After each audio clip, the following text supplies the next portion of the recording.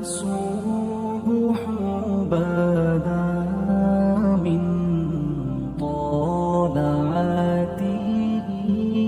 پھر حضرت نوح علیہ السلام اور ان کی قوم کے حالات بیان ہوئے کہ نوح علیہ السلام نے جب اپنی قوم کو توحید کی دعوت دی اور انکار پر عذاب الہی سے ڈرایا تو قوم کے سرداروں نے ان سے کہا، بھلا کیا کہا؟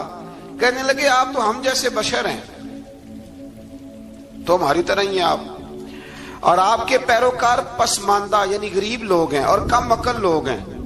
ہماری رائے میں آپ کو معاذ اللہ ہم پر کوئی فضیلت حاصل نہیں، بلکہ معاذ اللہ ثم معاذ اللہ.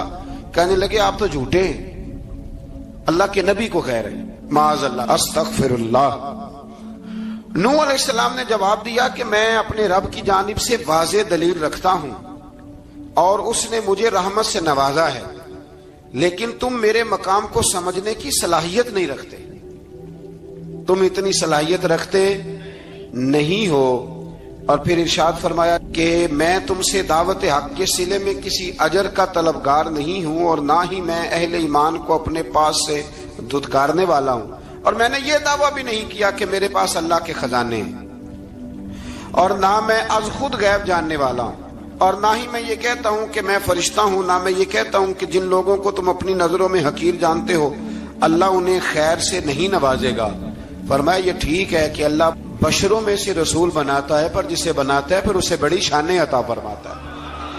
پہلے دن سے انسان کا یہ مسئلہ ہے، پہلے دن سے انسان کا یہ مسئلہ ہے کہ وہ کہتا ہے میں انسان سے ہدایت حاصل کروں، لیکن رب نے بھی قانون بنایا ہے کہ اللہ تبارک و تعالیٰ بندے پر ہی وحی فرماتا ہے. فرشتوں اور جنوں کو اللہ نے اس منصب کے لیے منتخب نہیں فرمایا. قوم نوح نے کہا کہ آپ نے ہم سے بہت بحث کی معاذ اللہ، بس جس عذاب سے آپ ہمیں ڈرا رہے ہیں وہ لے آئیے.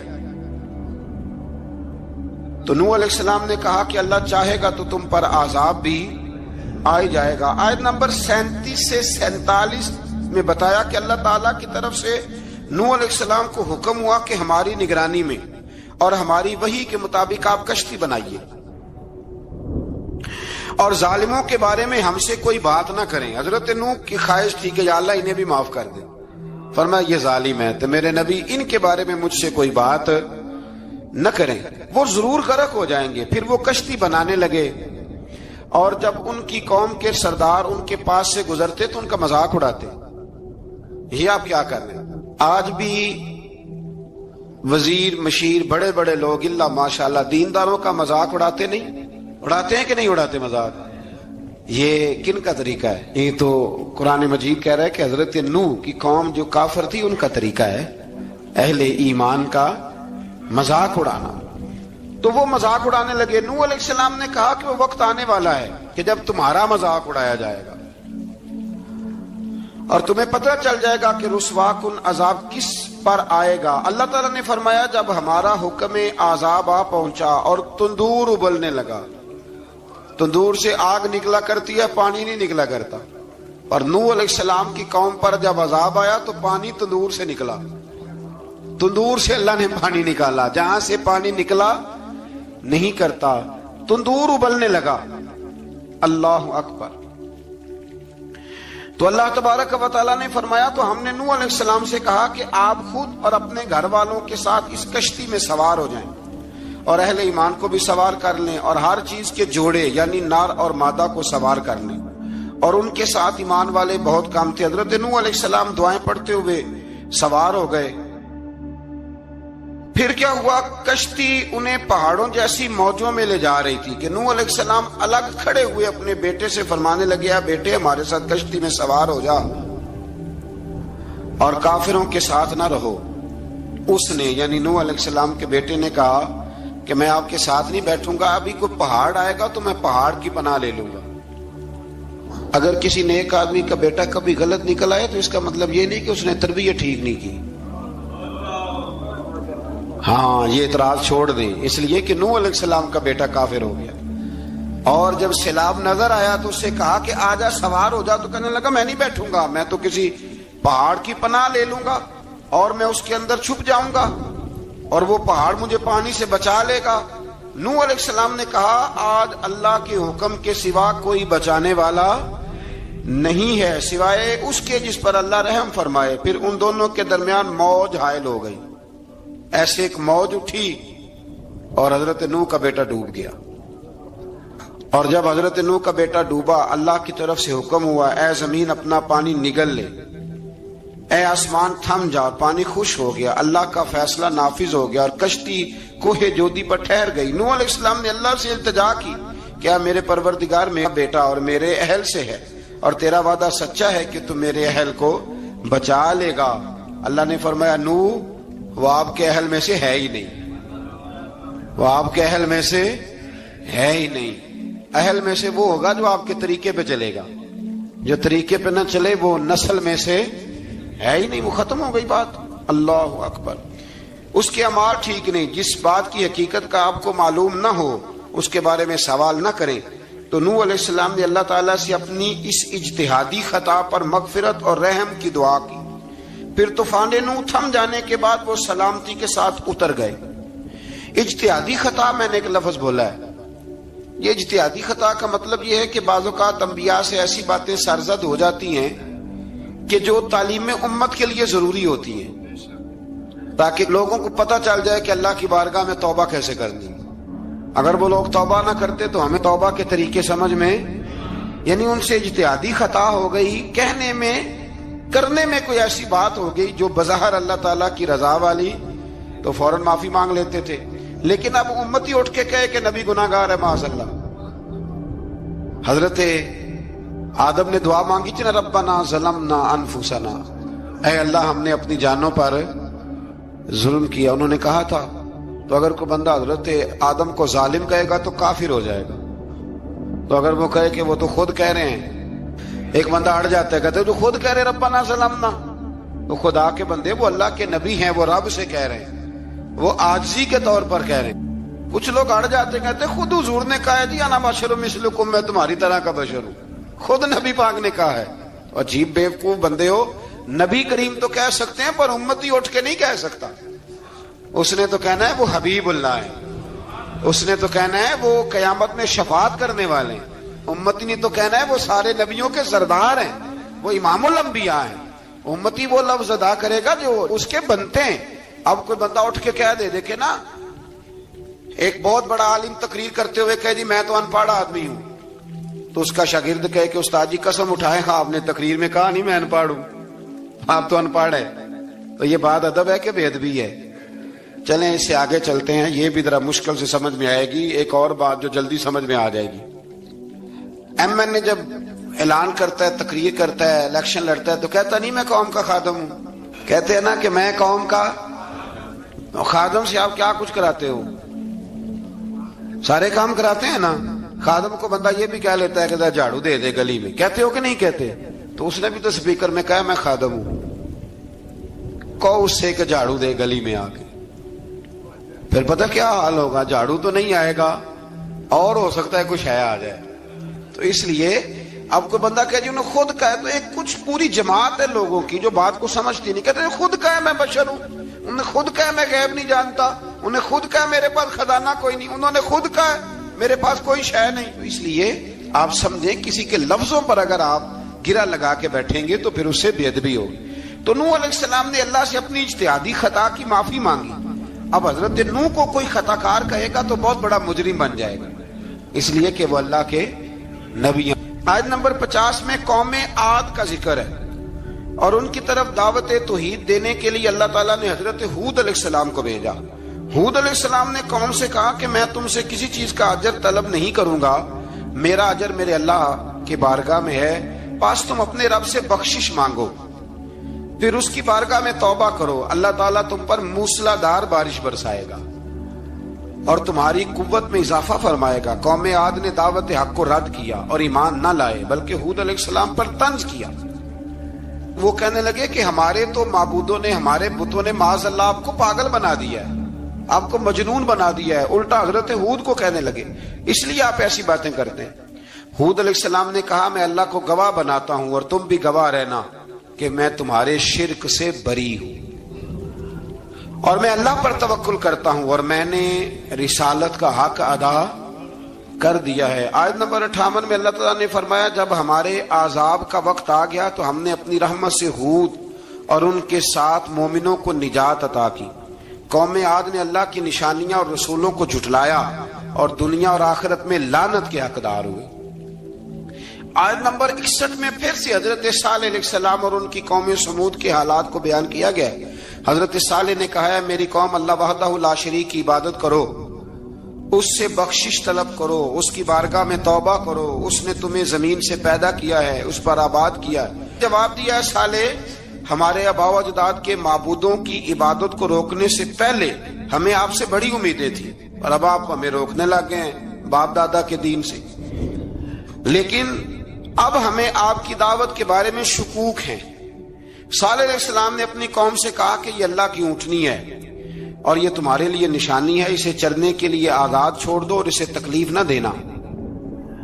اللہ اکبر، ورنہ تمہیں عذاب پہنچے گا۔ انہوں نے اونٹنی کی کونچیں کاٹ ڈالی۔ صالح علیہ السلام نے کہا تم صرف 3 دن اپنے گھروں میں مزے اٹھا لو، 3 دن، پھر اللہ کا یقینی عذاب آئے گا۔ پھر ایک چنگاڑ نے ان کو آ دبوچا، وہ اپنے گھروں میں گھٹنوں کے بل اوندے پڑے رہ گئے۔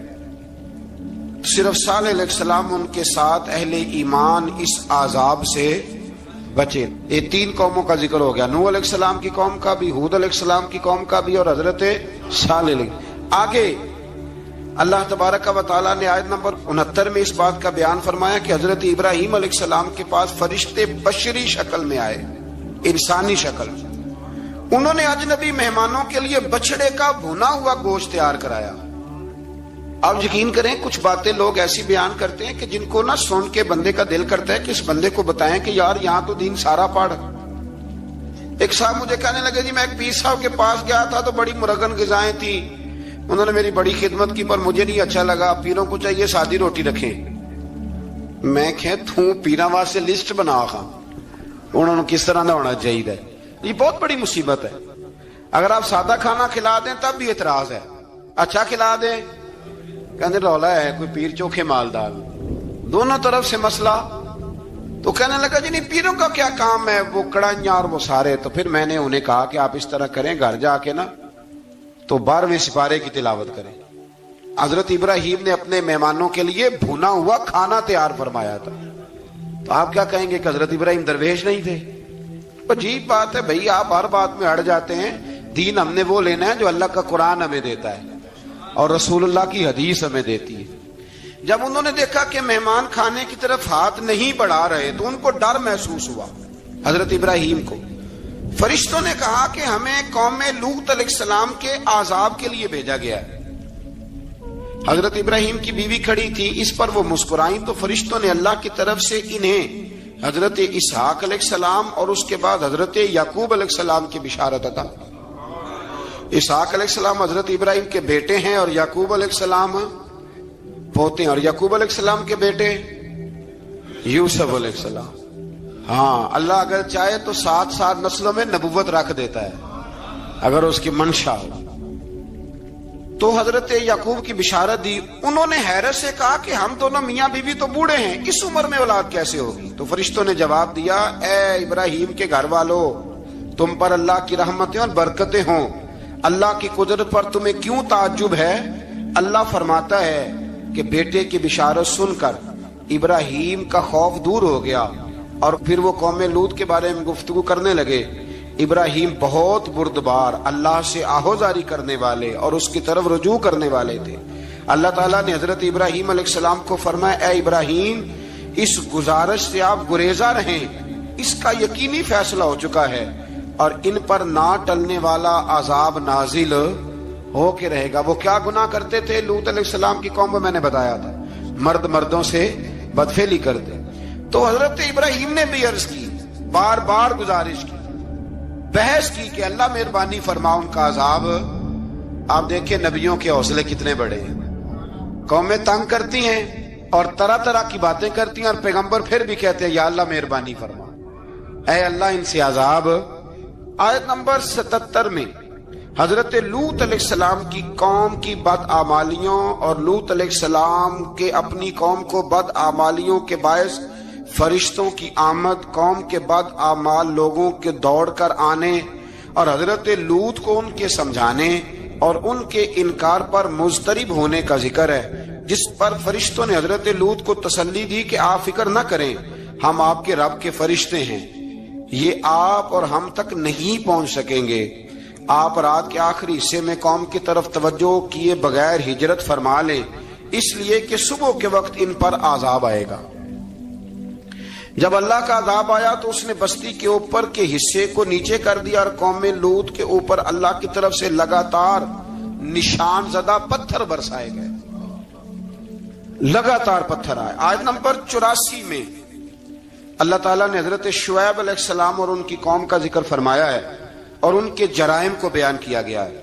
وہ ناپ تول میں کمی کرتے تھے، دوسروں کو چیزیں کم تول کر دیتے تھے۔ اللہ تعالیٰ نے ان سے فرمایا کہ فساد فی الارض سے باز آؤ اور اپنے سے پہلے سرکش امتوں کا انجام دیکھ لو۔ جب حضرت شعیب کی نصیحتوں کا ان پر اثر نہ ہوا تو پھر اللہ تعالیٰ نے انہیں بھی عذاب سے ہلاک کر دیا۔ آیت نمبر 94 میں فرمایا کہ جب ہمارا عذاب آیا تو ہم نے اپنی رحمت سے حضرت شعیب اور ان پر ایمان لانے والوں کو بچا لیا، اور ظالموں کو ایک زبردست چنگاڑ نے پکڑ لیا تو صبح وہ اپنے گھروں میں اوندے منہ پڑے تھے، گویا وہ کبھی وہاں آباد تھے ہی نہیں۔ آیت نمبر 96 میں حضرت موسیٰ علیہ السلام کو عطا کیے جانے والے 9 معجزات کا ذکر ہے۔ پھر فرعون اور اس کے پیروکاروں کے باطل روش کے باعث ان کی ہلاکت کا بھی ذکر فرمایا، اور دنیا اور آخرت میں انہیں ملعون یعنی لعنتی قرار دیا۔ جن بستیوں کو اللہ تعالیٰ نے ہلاک کیا ان میں سے بعض کے آثار موجود ہیں اور بعض کے آثار تک معدوم ہو چکے، ان میں سے ہر بستی والے اپنے ظلم کے باعث ہی ہلاک ہوئے۔ اللہ تعالیٰ کسی پر ظلم نہیں فرماتا، لوگ خود اپنی جانوں پر ظلم کرتے ہیں۔ جو شخص عذاب آخرت سے ڈرتا ہے اس کے لیے اس میں نشانیاں موجود ہیں۔ آیت نمبر 106 سے اللہ تعالیٰ نے انجام کے اعتبار سے لوگوں کی 2 قسمیں بیان کی، 2 قسمیں فرمایا، ایک ہیں سعادت مند لوگ اور دوسرے ہیں بدبخت۔ فرمایا بدبختوں کا ٹھکانہ جہنم ہے جس میں وہ ہمیشہ رہیں گے، اور نیک بختوں کا ٹھکانہ جنت ہے، وہ ہمیشہ اسی میں رہیں گے، اور ان کے لیے اللہ کی طرف سے نا ختم ہونے والی عطائیں۔ آیت نمبر 110 میں حضور صلی اللہ علیہ وسلم کو تسلی دی گئی کہ جس طرح یہ لوگ قرآن کے بارے میں اختلاف کرتے ہیں، اسی طرح قوم موسیٰ نے تورات کے بارے میں بھی اختلاف کیا تھا، اور اللہ نے ان کے اعمال کا پورا بدلہ انہیں دیا۔ آیت نمبر 112 سے سرکشی کو چھوڑ کر احکامات دین پر استقامت اختیار کرنے اور ظالموں کے ساتھ میل جول رکھنے سے بچنے کا حکم دیا گیا ہے، اور فرمایا کہ ظالموں سے میل جول کا انجام دوزخ کی آگ ہے۔ ہم لوگ نہ شکوہ کرتے ہیں، کسی حکومت کو بنے ہوئے 6 مہینے گزرتے ہیں تو شکوہ شروع ہو جاتا ہے، حالانکہ وہ خود تو نہیں نہ بنتے، ان کو کوئی بنانے والا ہے۔ تو ظالم کا جو مددگار ہوتا ہے وہ بھی ظالم ہوتا ہے، اس لیے احتیاط کریں۔ اور یہ صرف سیاستدانوں کی بات نہیں، دنیا کے ہر معاملے میں آپ غور کریں کہ آپ کسی ظالم کے مددگار تو نہیں۔ اللہ تعالی ہمیں حق پر استقامت عطا فرمائے۔ آیت نمبر 114 میں دن کے دونوں طرفوں میں اور ابتدائی رات کے کچھ حصے میں اللہ تعالیٰ نے نماز قائم کرنے کا حکم دیا ہے، رات کے کچھ حصے میں بھی نماز پڑھنی چاہیے، اور یہ بھی بتایا کہ بے شک نیکیاں گناہوں کو مٹا دیتی ہیں، اور یہ نصیحت قبول کرنے والوں کے لیے نصیحت ہے۔ آیت نمبر 120 میں اللہ تعالیٰ نے فرمایا کہ ہم آپ صلی اللہ علیہ وسلم کو رسولوں کی تمام خبریں آپ کے دل کی تسکین اور تقویت کے لیے بیان کرتے ہیں، اور ان میں مومنوں کے لیے نصیحت اور عبرت ہے کہ ان ساری باتوں سے عبرت پکڑ لو۔ بچہ صرف وہی جو اللہ کے نبیوں کے طریقے پہ چلا اور نبیوں کے ساتھ رہا، باقی بچ سکے نہیں۔ اللہ تعالیٰ کی طرف سے توحید و رسالت اور وقوع قیامت کے دلائل بھی ہیں۔ آیت نمبر 123 میں فرمایا کہ آسمانوں اور زمینوں میں سب غیب اللہ ہی کے ساتھ مختص ہیں، اور ہر کام اسی کی طرف لوٹایا جاتا ہے۔ آپ اسی کی عبادت کیجئے، اسی پر توکل کیجئے، اور آپ کا رب لوگوں کے اعمال سے غافل نہیں ہے۔ اسی بارے میں آگے سورۃ یوسف شروع ہو رہی ہے۔ اس کو اللہ تعالیٰ نے کہا ہے کہ یہ بڑا پیارا قصہ ہے، احسن القصص کا، قصوں میں سونا قصہ۔ تو یہ کچھ 12ویں پارے میں اور کچھ 13ویں پارے میں ہے۔ میں نے یہ ارادہ کیا ہے کہ یہ ایک ہی دن پوری بیان کی جائے۔ قوم سبت کا ذکر فرمایا اللہ، ہفتے والے دن کچھ لوگ نافرمانی کرتے. ہمارے بھی ہیلے بہانے ہیں نا آج کل کاروبار میں.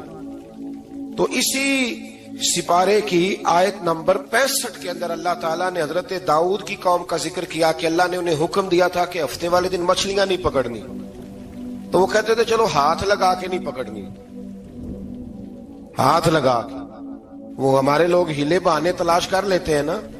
وہ بڑے جناب انشورنس والا آ گیا, اب وہ بینک والا آ گیا, اب وہ فلانے صاحب آ گئے, وہ تروڑ مروڑ کے کہانیاں باتیں, اور پھر ہمیں بھی رستے مل جاتے ہیں بچنے کے. مفتی صاحب نے کہہ دیا تھا, ایک مولانا سے میں نے ان کو کہا ہفتے والے دن مچھلیاں نہیں پکڑنے کا. نہیں پکڑتے, چھوٹے چھوٹے حوض بنا لیے. تو مچھلیاں زیادہ آتی تھی اس دن, یہ بھی اللہ کی قدرت تھی. نماز کے وقت گاہک زیادہ آتے ہیں, یہ اس کی قدرت ہوتی ہے. تو وہ مچھلیاں حوض میں جمع ہو جاتی ہیں. یوں سمجھ لیں کہ جال انہوں نے لگا لیے ہوئے تھے, تو جال میں وہ پھنستی رہتی تھی, حوضوں میں آتی رہتی تھی. ہفتے کو نہیں پکڑتے تھے, اتوار کو پکڑ لیتے تھے. تو پھر اللہ نے انہیں سزا دی. فرمایا تماشے کرتے ہو اللہ کے حکم کے ساتھ. کیا سزا دی؟ فَقُلْنَا لَهُمْ كُونُوا قِرَادَةً خَاسِئِينَ. فرمایا بندر بن جاؤ دھتکارے ہوئے. جو رزق حرام طریقے سے کماتے تھے رب انہیں بندر بنا دیتا تھا. ابھی بھی میں نے دیکھے ہیں بڑے بڑے تاجر پاگلوں جیسی زندگی گزار رہے ہیں. نفسیاتی طور پہ سکون نہیں ہے, کروڑوں روپیہ پڑا ہے. کیوں؟ اس لیے کہ رب کے بتائے ہوئے طریقے کے مطابق تجارت نہیں کرتے. آگے ایک اور دلچسپ بات آ گئی. بنی اسرائیل کے اندر نا ایک شخص نے اپنے چچا کو قتل کر دیا جائیداد کے لیے. یہ دیکھیں کب سے لوگ جائیداد کے لیے قتل کرتے آ رہے ہیں. چچا کو قتل کر دیا, اور قتل کر کے حضرت موسیٰ علیہ السلام کے پاس آئے کہ میرے چچا کو کسی نے قتل کر دیا ہے, تو بتائیں کیا کرنا ہے. تو آپ نے فرمایا کہ گائے ذبح کرو, اور اس کا ایک ٹکڑا مقتول کو مارو, مرنے والے کو. وہ خود اٹھ کے بتا دے گا مجھے کس نے قتل کیا ہے. اب ارادہ نہیں تھا گائے ذبح کرنے کا, تو بہانے کرنے لگے. ارادہ نہیں نہ ہوتا تو پھر کیا ہوتے ہیں, کہنے لگے گائے کس طرح کی ہو, بوڑھی ہو کہ بچی ہو, رنگ کیسا ہو, جوان ہو کہ چھوٹی ہو, حال میں ایک دفعہ چلنا سیکھ گئی ہو یا ابھی نہ سیکھی ہو. تو بتاتے گئے تو رب بھی شرطیں بیان کرتا گیا. گہرے زرد رنگ کی ہو, حال کے اندر اسے نہ چلایا گیا ہو, پانی نہ نکالا گیا ہو, نہ بچی ہو نہ جوان ہو, اس کے درمیان ہو. یہ ساری شرطیں کہاں پائی جاتی تھی؟ حضرت موسیٰ علیہ السلام کی قوم کا ایک شخص تھا جو اللہ کا ولی تھا. وہ جب انتقال کرنے لگا نا, اللہ اکبر, دیکھو رب ولیوں کی اولادوں پر بھی کتنا فضل فرماتا ہے. وہ جب انتقال کرنے لگا تو ایک اس کے پاس چھوٹی سی بچیا تھی, گائے کی بچی. اس نے جنگل میں چھوڑ دی. کہنے لگا یا اللہ میں تیرے نام پہ چھوڑتا ہوں, میرا بچہ جوان ہو جائے تو اسے دے دینا, اور تو سرمایہ ہی کوئی نہیں. بچہ بڑا ہوا تو بچہ بھی بڑا نیک تھا, اپنی ماں کا بڑا فرما بردار تھا. اس کی ماں نے کہا بیٹا تیرے باپ نے ایک گائے چھوڑی تھی. تو بچہ جنگل میں گیا اور جا کے کہنے لگا اے اللہ میری گائے مجھ سے ملا دے. تو رب کریم نے وہ گائے واپس کر دی. وہ گائے گھر لے آیا. اب وہ کہنے لگا اماں بیچ دوں, تو اماں کہنے لگی بیٹا میرے پوچھے بغیر نہ بیچنا. کئی دفعہ گاہک لگے, پر اس نے کہا جب تک میری اماں نہ کہے گی میں بیچوں گا. ادھر بنی اسرائیل والے شرطیں جتنی گائے کے بارے میں پوچھ چکے تھے وہ ساری اسی گائے میں پائی جاتی تھی. تو یہ ڈھونڈتے ڈھونڈتے وہاں پہنچ گئے. تو کہنے لگے گائے چاہیے. تو اس نے کہا بھی تمہاری مرضی سے نہیں, قیمت میری مرضی کی. ایک مفسر نے تو یہاں تک لکھا ہے کہ اس نے کہا گائے ذبح کر کے نا, تو جتنا گائے کے اندر گوشت ہوگا نا اتنا ہی کھال کے اندر تو مجھے مال بھر کے دو گے, اتنے سکے بھر کے دو گے, اتنی اشرفیاں بھر کے دو گے, تو پھر تمہیں گائے دوں گا.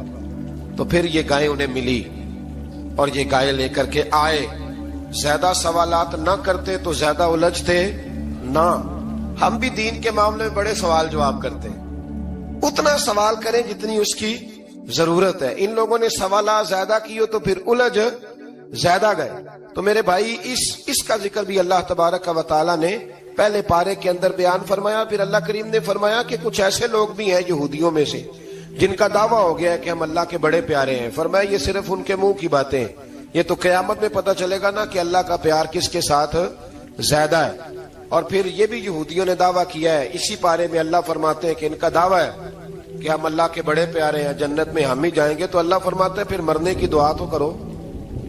جنت میں تو مار کے جانا ہے نا، لیکن رب فرماتے ہیں یہ کبھی مرنے کی دعا نہیں کریں گے، اس لیے کہ انہیں پتہ ہے کہ ہم نے آخرت کے لیے کیا بھیجا۔ لیکن جی پہلا حکم آ گیا یا ایھا الذین آمنوا کہہ کے، پہلی آیت قرآن پاک کی پہلے سپارے میں پہلی آیت جس میں اللہ نے کہا یا ایھا الذین آمنوا، تو پہلا حکم آمنوا کہہ کے آیت نمبر 104 میں جو اللہ نے حکم دیا ہے نا، وہ نبی پاک کی تعظیم کا حکم ہے۔ پہلا حکم ہی اللہ نے حضور کی عزت اور ناموس کا ارشاد فرمایا۔ پہلا اس ترتیب کے لحاظ سے وہ ہوا یہ کہ جب نبی پاک کو بات ارشاد کرتے تو صحابہ کرام اٹھ کے عرض کرتے رائینا یا رسول اللہ، حضور سمجھ نہیں آئی ذرا رعایت کر دے۔ تو یہودیوں کی عبرانی زبان کے اندر نہ ذرا کھینچ کے پڑھتے تھے رائینا، تو اس کا معنی بنتا تھا معاذ اللہ اے ہمارے چرواہے، بکریاں چرانے والے کو بھی وہ رائینا کہتے تھے۔ تو جب صحابہ یہ کہنے لگے تو اللہ نے منع ہی کر دیا، فرمایا میرے محبوب کے غلاموں اس لفظ کے پیچھے چھپ کے، اس لفظ کے پیچھے چھپ کے لوگ میرے نبی کی بے ادبی کر جاتے ہیں، تو جس لفظ کا کوئی ایک معنی بے ادبی والا بنتا ہو وہ لفظ بھی میرے نبی کے لیے نہ کہو، لفظ وہ والے کہو جس میں کوئی بے ادبی کا معنی نکلے نہ۔ یہاں لوگوں نے بڑے بڑے لفظ نہیں بول دیے، پھر کہتے میرا مطلب یہ تھا، میرا مطلب وہ تھا، تو تو نے وہ لفظ بولا کیوں جس کا کوئی غلط مطلب بھی نکل سکتا تھا۔ اللہ نے فرمایا یا ایھا الذین آمنوا لا تقولوا رائینا، اے ایمان والو رائینا کہو ہی نہ۔ تو یا اللہ کیا کہیں؟ فرمایا وقولوا انظرنا، تم کہو یا رسول اللہ ایک نظر فرمائیے، انداز دیکھیے، انظرنا ایک نظر۔ تو ہمارے بزرگ تو پہلے بڑے پیار والوں نے کہہ دیا یا رسول اللہ انظر حالنا، کہتے کہاں سے لاتے ہو جملے؟ میں نے کہا اللہ کی کتاب سے، یا رسول اللہ انظر حالنا یا حبیب اللہ اسمع قالا، تو تم کہو انظرنا محبوب نظر کرم کرے، واسمعوا، اور کیا ضرورت ہے دوبارہ پوچھنے کی؟ اللہ کہتا ہے پہلے ہی دھیان سے سنا کرو، پہلے ہی واسمعوا، پہلے ہی احتیاط سے سنو، وللکافرین عذاب علیم، اور کافروں کے لیے دردناک عذاب ہے۔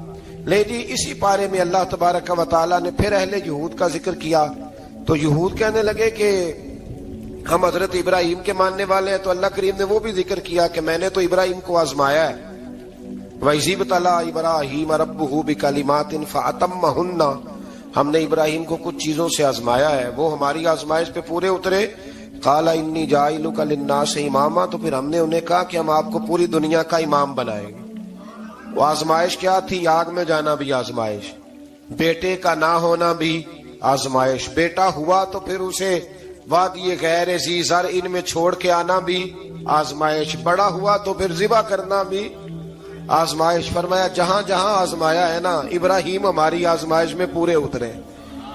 فرمایا تو مفت میں حضرت ابراہیم کی اولاد بنتے ہو اور ان کا نام لیتے ہو اور ان کے ساتھ اپنا تعلق بناتے ہو، دیکھو تو صحیح وہ کتنی آزمائشوں سے گزرے۔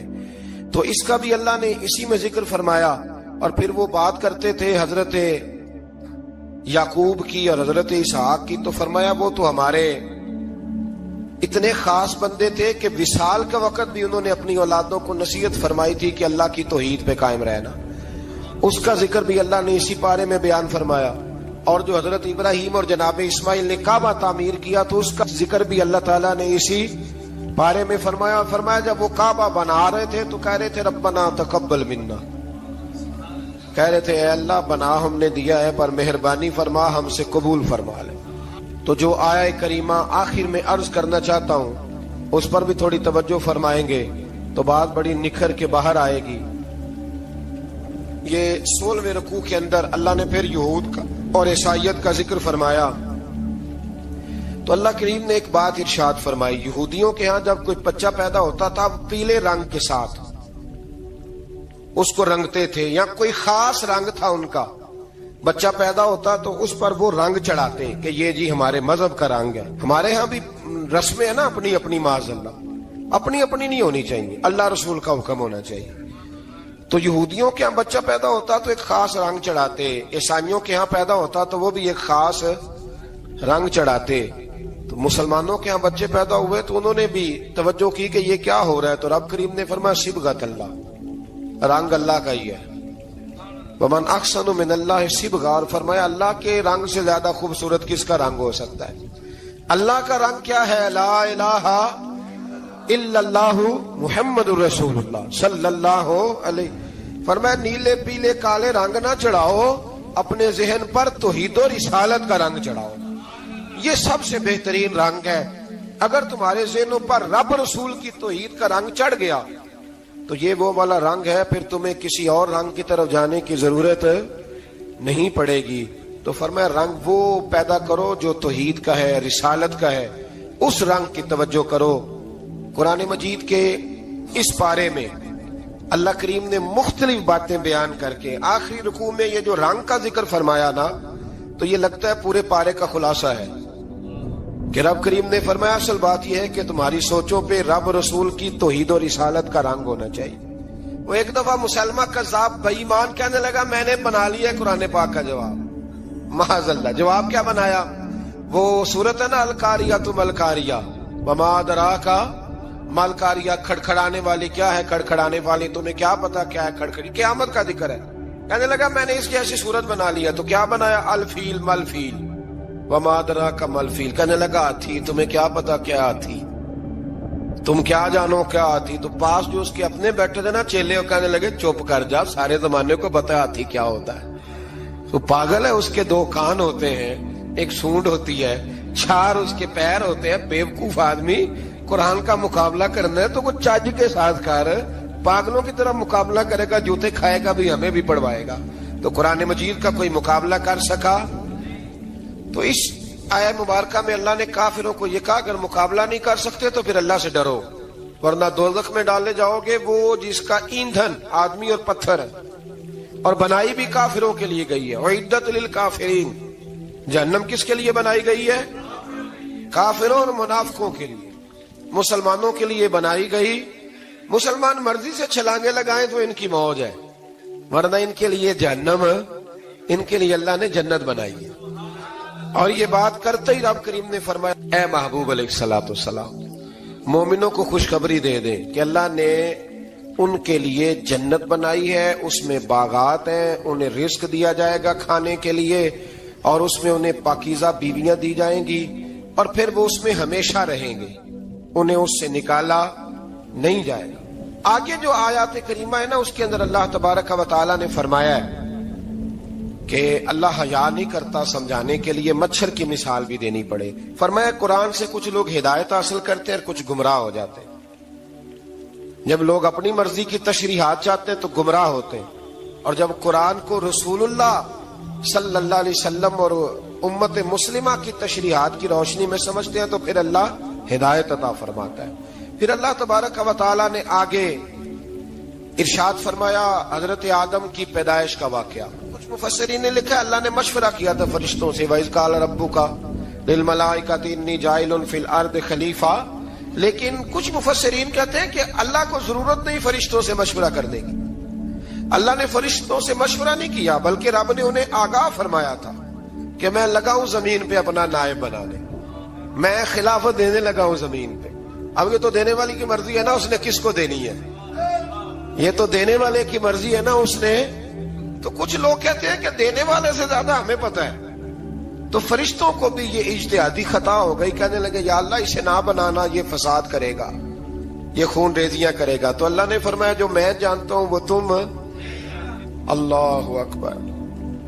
امام راضی فرماتے جب رمضان آتا ہے تو اللہ فرشتوں سے کہتا ہے ذرا یہ کھول کے دروازے دیکھو نا یہ زمین پہ کیا کر رہے ہیں، تم تو کہتے تھے فساد کریں گے اور یہ سارے تراویحاں پڑھ رہے ہیں، تم تو گویا کہتے تھے فساد کریں گے اور یہ تو دیکھو گویا رمضان کے روزے رکھ رہے ہیں، یہ تو میری یاد میں نکلے ہوئے ہیں۔ تم کچھ کہتے تھے اور دیکھو میں نے تمہیں کہا تھا نا جو میں جانتا ہوں وہ تم۔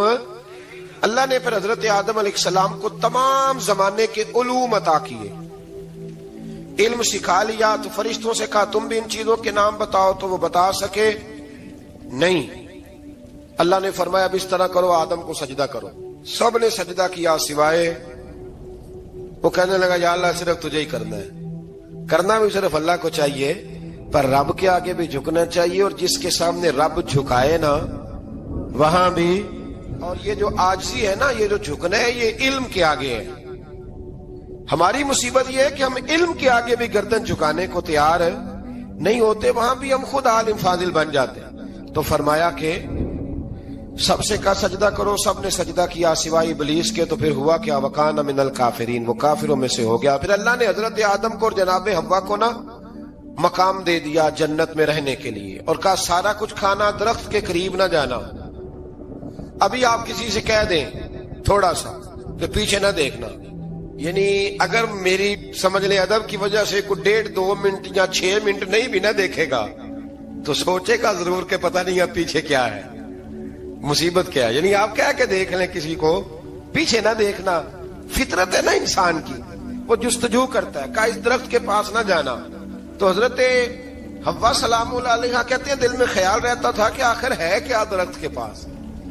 یہی انسان کا عقیدہ توحید ہے کہ جہاں سے رب منع کر دے وہاں وہ منع ہو جائے، اور یہ ان کی خطا نہیں تھی، یہ اللہ کی حکمت تھی، چونکہ رب نے تو پہلے کہہ دیا تھا بنایا ہی زمین کے لیے، تو یہ تو سارا کچھ ہونا تھا تو زمین پہ آنا تھا نا۔ تو حضرت حوا اور جناب آدم کے پاس شیطان آیا، اب اس کو نکال تو دیا تھا پر ابھی اس کا جنت میں آنا جانا بند نہیں ہوا تھا، یہ بھی اللہ کی حکمت تھی۔ تو وہ کہنے لگا تمہیں پتہ ہے بعد میں مر جاؤ گے؟ تو حضرت حوا کہنے لگی کیا موت بھی آئے گی؟ کہاں، اس کی تکلیف بھی بڑی ہوگی، تو پھر بچیں گے کیسے؟ تو کہنے لگے پھل کھا لو اس درخت کا، تو بچنے کے لیے پھل کھایا تھا۔ اس طرح لوگ آج بہت سارے کام بچنے کے لیے کرتے ہیں پر بچ سکتے، بچنے کے لیے پھل کھایا تو اللہ نے فرمایا زمین پہ چلے جاؤ۔ تو حضرت آدم زمین پہ آئے، پھر کئی 100 سال روتے رہے، فَتَلَقَّى آدَمُ مِن رَبِّهِ کَلِمَاتٍ، تو پھر اللہ نے خود ہی جناب آدم کو کچھ کلمے سکھائے۔ علامہ اسماعیل لکی فرماتے ہیں وہ کلمے یہ تھے کہ حضرت آدم نے میرے نبی کا وسیلہ پیش کیا، اللہ کریم نے جناب آدم کی دعا کو مقبول فرما لیا۔ پھر آگے بنی اسرائیل کا ذکر آ جاتا ہے، اللہ تعالیٰ نے بنی اسرائیل، آج آپ اسی قوم کو یہودی کہتے ہیں، ان کو اللہ نے اس زمانے میں فضیلت عطا کی تھی بہت زیادہ۔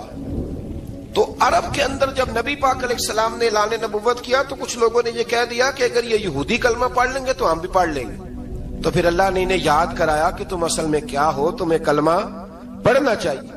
تو اہل یہود کا تذکرہ کرتے کرتے رب کریم نے ایک بات یہ بھی ارشاد فرمائی کہ تم لوگوں کو تو کہتے رہے ہو کہ وہ نبی آنے والے ہیں، وہ نبی آنے والے ہیں، اور جب آ گئے ہیں تو ماننے کو تیار نہیں ہو۔ تو فرمایا تأمرون الناس بالبر وتنسون انفسکم وانتم تتلون الکتاب، لوگوں کو بھلائی کا حکم دیتے ہو اور اپنے آپ کو بھول جاتے ہو، افلا تعقلون، تمہیں عقل نہیں؟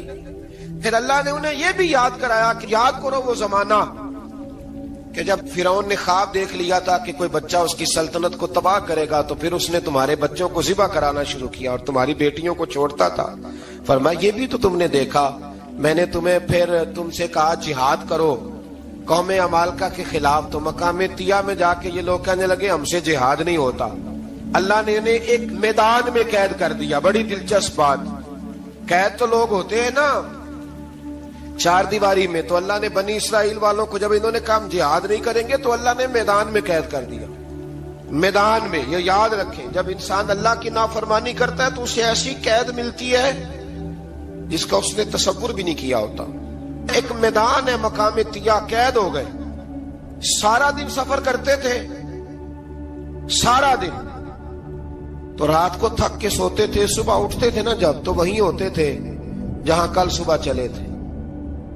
تو رب جب کسی کو قیدی بناتا ہے تو اسے زنجیروں کی، سلاخوں کی ضرورت ہے۔ دعا فرمائے اللہ تبارک و تعالی غموں سے نجات عطا فرمائے، یہ دعا فرمائے، ایسی قید دیتا ہے کہ جس سے پھر چھٹکارا ہو سکتا۔ تو بنی اسرائیل کا بہت زیادہ تذکرہ اس بارے میں اللہ تبارک و تعالی نے پھر بیان کیا، اور پھر کہا کہ انہیں جو حکم دیا جاتا تھا یہ اس کی سرتابی کرتے تھے، پھر اللہ نے ان پر ذلت نازل کر دی اور یہ ہمیشہ اس کا شکار ہے۔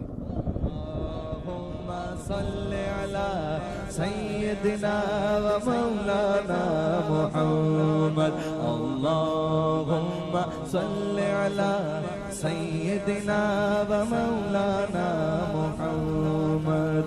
اللہ کے شیر ہے در کرار پر درود، اللہ کے شیر ہے در کرار پر درود، اللہ کے شیر غدر کرار پر درود حضرت حسن حسین کے کردار پر درود اللہم صلی علی سیدنا و مولانا محمد وعلى سيدنا علي وسيدتنا فاطمة وسيدتنا زينب وسيدنا حسن وسيدنا حسين وعلى آله وصحبه وبارك وسلم زینب کی بارگاہ میں